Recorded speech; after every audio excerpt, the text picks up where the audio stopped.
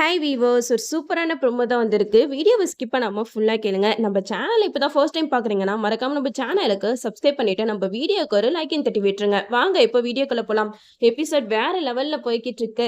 ஈஸ்வரமூர்த்தியோட வீட்டுக்கு income tax ஆபீசர்லாம் பணம் இருக்கா அப்படிங்கறத செக் பண்றதுக்காக வராங்க. நம்ம துளசி மாசம் அந்த பணத்தை எடுத்து வேற எங்கேயோ ஒழிச்சு வச்சிட்டாங்க. அவங்க வீடு ஃபுல்லா தேடுன்னு தேடுறாங்க. எங்க தேடியும் பணம் கிடைக்கவே இல்லை. ஈஸ்வரமூர்த்தி வெற்றி கிட்ட சொல்லிக்கிட்டு இருக்காங்க, இந்த பணம் மட்டும் அவங்க கையில மாட்டுச்சு அவ்வளவுதான். இவ்வளோ நாளா நான் கனவு கண்ட கனவு எல்லாமே வீணா போயிடும் அப்படின்னு சொல்லிக்கிட்டு இருக்கும்போது அங்க அந்த ஆபீசர்ஸ்லாம் சொல்றாங்க, சார் நாங்க வீடு ஃபுல்லா செக் பண்ணிட்டோம், ஆனா பணம் எங்கேயுமே கிடைக்கல அப்படின்னு சொல்லிட்டு, சாரி சார் ராங் இன்ஃபர்மேஷன் அப்படின்னு சொல்லிட்டு அங்க இருந்து கிளம்பி போயிடுறாங்க. நம்ம ஈஸ்வரமூர்த்திக்கு ஒண்ணுமே புரியல, என்னடா இது இவ்வளவு நேரம் பணத்தை தேடுன்னு தேடினாங்க, கடைசியில பணம் இல்லைன்ட்டு போயிட்டாங்க, அப்ப அந்த பணம் எங்க தான் போயிருக்கும் அப்படின்னு சொல்லிட்டு வச்ச இடத்துல ஈஸ்வரமூர்த்தி போய் தேடுறாங்க. ஆனா அவங்க வச்ச இடத்துல பணம் இல்லவே இல்லை. சரி வேற எங்கேயாவது இருக்குமா சொல்லிட்டு தேடி பார்க்கும்போது எல்லாம் குழம்பி போயிருக்காங்க. அப்ப நம்ம துளசி சொல்றாங்க, அந்த பணத்தை நான் தான் எடுத்து மறைச்சு வச்சேன் அப்படின்னு சொல்லும் போது நம்ம ஈஸ்வரமூர்த்திக்கு தூக்கி வாரி போட்டுருச்சு. நம்ம துளசியை பத்தி இவ்வளவு நாள் தப்பா புரிஞ்சுட்டு இருந்தோம், ஆனா துளசி தான் இப்போ நம்மளோட மானத்தையே காப்பாத்திருக்கா அப்படின்னு சொல்லிட்டு ரொம்பவே சந்தோஷப்படுறாரு ஈஸ்வரமூர்த்தி. ஆனா அதை வெளியில காட்டிக்கல. இங்க மீனாட்சிக்கும் அபிராமிக்கும் துளசியை பார்த்து செம போறாமையா இருக்கு. ச்சே, இவளுக்கு ஐடியா நம்மளுக்கு வராம போயிடுச்சே அப்படின்னு சொல்லிட்டு அங்க அபிராமியும் மீனாட்சியும் அப்படியே முழிச்சுக்கிட்டே இருக்காங்க. துளசியை பார்த்து மனசுல நினைக்கிறாங்க, இவ வீட்டுக்கு கொஞ்ச நாள் தான் ஆகுது, அதுக்குள்ள மாமா கிட்ட நல்ல பேர் எடுக்கிறதுக்கு என்னெல்லாம் பண்ணி வச்சிருக்கா பாரு அப்படின்னு சொல்லிட்டு ஒரு முறைச்சிட்டு அங்க இருந்து போயிடுறாங்க. நம்ம வெற்றிக்கு சந்தோஷம் தாங்க முடியல. துளசியை பார்த்து சொல்றாங்க, நீங்க இப்படிலாம் பண்ணுவீங்க நான் கொஞ்சம் கூட எதிர்பார்க்கவே இல்லை, சூப்பரா கலக்கிட்டீங்க அப்படின்னு சொல்லிட்டு வெற்றியும் துளசியை பார்த்து சொல்றாங்க. இந்த சைடு நம்ம அஞ்சலி தான் கட்டுறாங்க. நம்ம அஞ்சலி பாட்டியை வீட்டுக்கு கூட்டிட்டு பத்திரமா வச்சிருக்காங்க. பட் நம்ம மகேஷ் இருக்கிற வரைக்கும் அவங்களுக்கு பாதுகாப்பே கிடையாது. மகேஷ் பாட்டி பக்கத்துல உட்காந்து, பாட்டி நீங்க என்னை பத்தின பர்சனல் எல்லாத்தையுமே தெரிஞ்சுக்கிட்டு இப்ப கோமா ஸ்டேஜ்ல கிடைக்கிறீங்க, நான் உங்களை இனிமேட்டு சும்மா விடுவேனா, நீங்க கண் முழிச்சிங்கன்னா அவ்வளவுதான், என்னைய பத்தின விஷயங்கள் எல்லாத்தையுமே அஞ்சலி கிட்ட போட்டு கொடுத்துருவீங்கன்னு எனக்கு நல்லாவே தெரியும், அதனால உங்களை கண் முழிக்கவே விடக்கூடாதுன்னு நான் முடிவு பண்ணிட்டேன் அப்படின்னு சொல்லிட்டு ஒரு ஸ்ப்ரேல கேமராவை செட் பண்ணி அந்த ரூம்ல வச்சிடுறாங்க. அப்போ நம்ம பாட்டி அஞ்சலி மகேஷ் அப்படின்னு சொல்லிட்டு 2 பேர் பேரை மட்டும் முணங்கிக்கிட்டே இருக்காங்க. நம்ம அஞ்சலி பாட்டியோட சவுண்டை கேட்டு தலை தெறிக்க ஓடி வராங்க. அப்போ அவங்க கைப்பட்டு அங்க இருக்கிற ஸ்ப்ரே பாட்டில் கீழே விழுந்து உடஞ்சிருது. அதுல கேமராவும் இருக்கு. அந்த கேமராவை நம்ம அஞ்சலி பாத்துடுறாங்க. என்னது இது கேமரா அப்படின்னு சொல்லிட்டு அந்த கேமராவை எடுத்து பாக்குறாங்க. அப்போ இது மகேஷோட வேலை தானா, எதுக்காக பாட்டி ரூம்ல கேமராவை செட் பண்ணணும் அப்படின்னு சொல்லிட்டு கொஞ்ச நேரம் அப்படியே திங்க் பண்ணிக்கிட்டே இருக்காங்க. நம்ம நினைச்சது சரியா போயிடுச்சு. நம்ம மகேஷ் தூங்கினதுக்கு அப்புறம் அவங்க போன் எடுத்து நம்ம செக் பண்ணிட வேண்டியதான் அப்படின்னு சொல்லிட்டு அஞ்சலி முடிவு எடுக்கிறாங்க. அஞ்சலிக்கு ஒண்ணுமே புரியல, எதுக்காக பாட்டி ஏன் பெரிய மகேஷ் பெரிய மட்டும் சொல்றாங்க, எதுவுமே புரிய மாட்டேங்குது. பாட்டி ஏதோ சொல்ல வராங்க அவங்களுக்கு, மகேஷ்னாலதான் ஏதோ இப்படி ஆயிடுக்கா அப்படின்னு சொல்லிட்டு அஞ்சலி கன்ஃபார்மே பண்ணிடுறாங்க. நம்ம அஞ்சலி மகேஷே ஃபாலோ பண்ணிக்கிட்டு இருக்காங்க. அங்க மகேஷ் போனே வெறிக்க பாத்துக்கிட்டு இருக்காரு பைத்தியக்காரத்தனமா. இதை அஞ்சலி நல்லாவே நோட் பண்ணிடுறாங்க. மகேஷ் தூங்கினதுக்கு அப்புறம் போனை எடுத்து அந்த போன்ல இருக்கிற சிசிடிவி ரெக்கார்ட்ஸ் எல்லாத்தையுமே பார்த்துக்கிட்டு இருக்காங்க. அதுல எல்லாமே ரெக்கார்ட் ஆயிருக்கு. மகேஷ் பாட்டியை கீழே தள்ளி விடுறது, அது மட்டும் இல்லாம அவங்களோட சின்ன வயசுல ஆசிரமத்துல வளர்ந்த ஃப்ரெண்டை அடிச்சு வீட்டை விட்டு துரத்துனது எல்லாம் அக்கை வேற ஆணி வேற அந்த இதுல பதிவாயிருக்கு. நம்ம மகேஷ் பாட்டியை தள்ளி விட்டுட்டு அவங்க பக்கத்துல உட்காந்து அழுவுறது எல்லாத்தையுமே பார்த்து நம்ம அஞ்சலிக்கு கொஞ்ச நேரத்துல தலையே சுத்திருச்சு. அப்போ பாட்டியோட இந்த நிலைமைக்கு காரணம் மகேஷ் தானா அப்படின்னு சொல்லிட்டு கொஞ்ச நேரம் ஆடி போயிடுறாங்க. நம்ம அஞ்சலி ஒண்ணா நினைச்சு பாக்குறாங்க. அப்போ வாட்ச்மேன் சொன்னது கரெக்ட் தான், அவன் ஒரு சைக்கோ, அவன் கிட்ட இருந்து நீ தப்பிச்சிருமா அப்படின்னு சொல்லிட்டு அவரு வார்னிங் கொடுத்துட்டு தான் போயிருக்காரு. ஆனா அதை நான் கேட்காம விட்டுட்டேன்.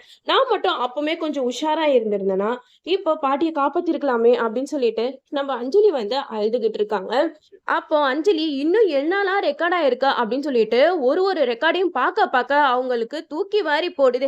ஏன்னா மகேஷ் இவங்களை கண்காணிக்கிறது எல்லாமே அதுல ரெக்கார்ட் ஆயிருக்கு. அப்போ இவ்வளவு நாள் மகேஷ் என் மேல சந்தேகப்பட்டு சிசிடிவி கேமரா வீடு ஃபுல்லா வச்சிருக்காரு, இது மூலமா ஆபீஸ்ல உட்காந்து என்னையவே கண்காணிச்சிட்டு இருக்காரு அப்படின்னு சொல்லிட்டு மகேஷ் பண்ண எல்லா விஷயமும் நம்ம அஞ்சலிக்கு தெரிய வருது.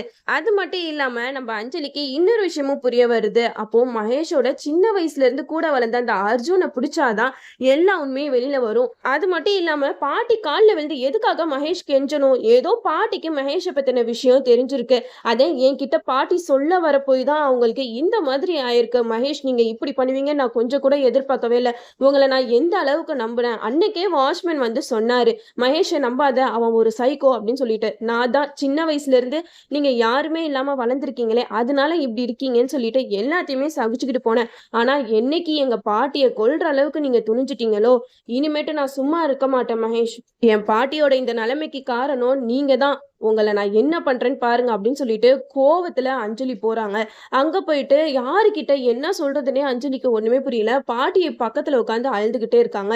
"பாட்டி நீங்க என்னைய காப்பாத்த போய் நீங்க இப்படி இந்த நிலைமையில இருக்கீங்களே, இப்ப நான் என்ன பண்ணுவேன்? இந்த விஷயத்த நான் யார்கிட்ட சொல்லுவேன்னு?" சொல்லிட்டு அஞ்சலி வந்து அழுதுகிட்டு இருக்காங்க. அப்போ மகேஷ் வந்து திடீர்னு முழிச்சிடுறாரு.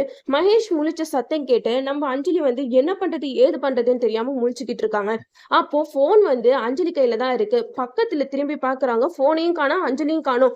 மகேஷ்க்கு தூக்கி வாரி போட்டுருச்சு. "என்ன ஃபோனையும் காணோம், அஞ்சலியும் காணோம். அஞ்சலி ஒருவேள ஃபோன் எடுத்து எல்லாத்தையுமே கண்டுபிடிச்சிட்டாளா?" அப்படின்னு சொல்லிட்டு மகேஷ்க்கு பயங்கரமா அப்படியே வேர்த்து கொட்டுது. கொஞ்ச நேரத்துல அவரு பதறி போயிட்டாரு. "அஞ்சலி, அஞ்சலின்னு" கத்திக்கிட்டே இருக்காரு. மகேஷோட சவுண்ட் கேட்டு நம்ம அஞ்சலி வந்து பொறுமையா வராங்க. "என்னாச்சு அஞ்சலி? ஏன் ஒரு மாதிரி இருக்க?" அப்படின்னு சொல்லிட்டு மகேஷ் வந்து அஞ்சலிய பாத்து கேக்குறாங்க. அப்போ அஞ்சலி சொல்றாங்க, "இல்லங்க உங்க ஃபோன் வந்து ரிங் ஆச்சு. சரி நீங்க தூங்கிட்டு இருந்தீங்களா? அதனால தான் உங்கள டிஸ்டர்ப் பண்ணக்கூடாதுன்னு நான் ஃபோன அங்க தூக்கி வச்சேன்." அப்படின்னு சொல்லிட்டு நம்ம அஞ்சலி செம்மையா சமாளிச்சுடுறாங்க. மனசுக்குள்ள அஞ்சலி நெனச்சுக்கிட்டு இருக்காங்க. "சைக்கோவாடா நீனு? என்னைய ஏமாத்தி கல்யாணம் பண்ணிட்டு, இப்ப எங்க பாட்டிய கொல்ற அளவுக்கு போயிட்டியா? உன்னைய நான் என்னலாம் பண்றேன் பாரு. இப்போதைக்கு இந்த விஷயத்த வெளில நான் யார்கிட்டயும் சொல்ல மாட்டேன். பாட்டிக்கு சரியாகணும். பாட்டி சரியாகுற வரைக்கும் நான் பொறுமையா தான் இருக்கணும்." அப்படின்னு சொல்லிட்டு அஞ்சலி வந்து மகேஷ பார்த்து சொல்றாங்க. அப்போ மகேஷ் வந்து அஞ்சலி கிட்ட கேட்குறாங்க, "அஞ்சலி என் ஃபோன ஒரு நிமிஷம் குடு" அப்படின்னு சொன்னதுமே, அஞ்சலி வந்து எதுவுமே தெரியாத மாரி குடுத்துடுறாங்க. மகேஷ்க்கு ஒண்ணுமே புரியல. என்ன அஞ்சலி வந்து ரிலாக்ஸா இருக்காளே! நம்ம நெனச்சோம் அஞ்சலி எல்லா உண்மையும் கண்டுபிடிச்சிருப்பாளா அப்படின்னு சொல்லிட்டு, ஒருவேள அஞ்சலி எதையும் செக் பண்ணாம விட்டுருப்பா போல அப்படின்னு சொல்லிட்டு மகேஷ் வந்து அவரோட மனச தேத்திட்டு உள்ளக்க போயிட்டு படுத்துடுறாரு. இருந்தாலும் நம்ம மகேஷ்க்கு மனசுக்குள்ள ஒரு எண்ணம் ஓடிக்கிட்டே இருக்கு. அஞ்சலி ஒருவேள ஃபோன்ல இருக்கிற விஷயத்தெல்லாம் பார்த்துருப்பாளா? அப்படி பார்த்திருந்தா அவ நம்மள விட்டுட்டு போயிருவாளே! அப்படின்னு சொல்லிட்டு அஞ்சலி கிட்ட சும்மா நைஸா பேச்சு குடுத்துட்டு இருக்காரு. "அஞ்சலி என் ஃபோன ஏன் திடீர்னு நீ ஹாலுக்கு எடுத்துட்டு போன?" அப்படின்னு சொல்லிட்டு கேட்குறாங்க. அப்ப அஞ்சலி சொல்றாங்க, "இல்லங்க அதுல வந்து சவுண்ட் வந்துகிட்டே இருந்தது. அதனால தான் நான் எடுத்துட்டு போனேன். யாரும் கால் பண்ண மாரி ஹிஸ்டரி இல்லையே!" அப்படின்னு சொல்ல, அதுக்கு அஞ்சலி சொல்றாங்க, "அச்சச்சோ! நம்ம என்ன சொன்னாலும் இவன் சுத்தி வளைச்சு நம்மள பிடிக்கிறானே!" அப்படின்னு சொல்லிட்டு அஞ்சலி வந்து ஏதோ ஒரு கதைய விடுறாங்க. "நீங்க தானே சொல்வீங்க ஃபோனெல்லாம் பக்கத்துல வச்சுட்டு தூங்கக்கூடாது அப்படின்னு. அதனால தான் இந்த ஃபோன் பக்கத்துல இருந்தா நம்ம ஹெல்த்துக்கு நல்லது இல்லன்னு நீங்க தானே அடிக்கடி சொல்வீங்க. அதனால தான் இந்த ஃபோன எடுத்து நான் அங்க வச்சேன். வேற எதுவும் இல்ல." "எதுக்காக மகேஷ் இப்படி பதர்றீங்க? இந்த ஃபோன எடுத்து நான் அங்க தானே வச்சேன். இதுக்கு போய் இவ்ளோ பதட்டமாக்குறீங்களே!"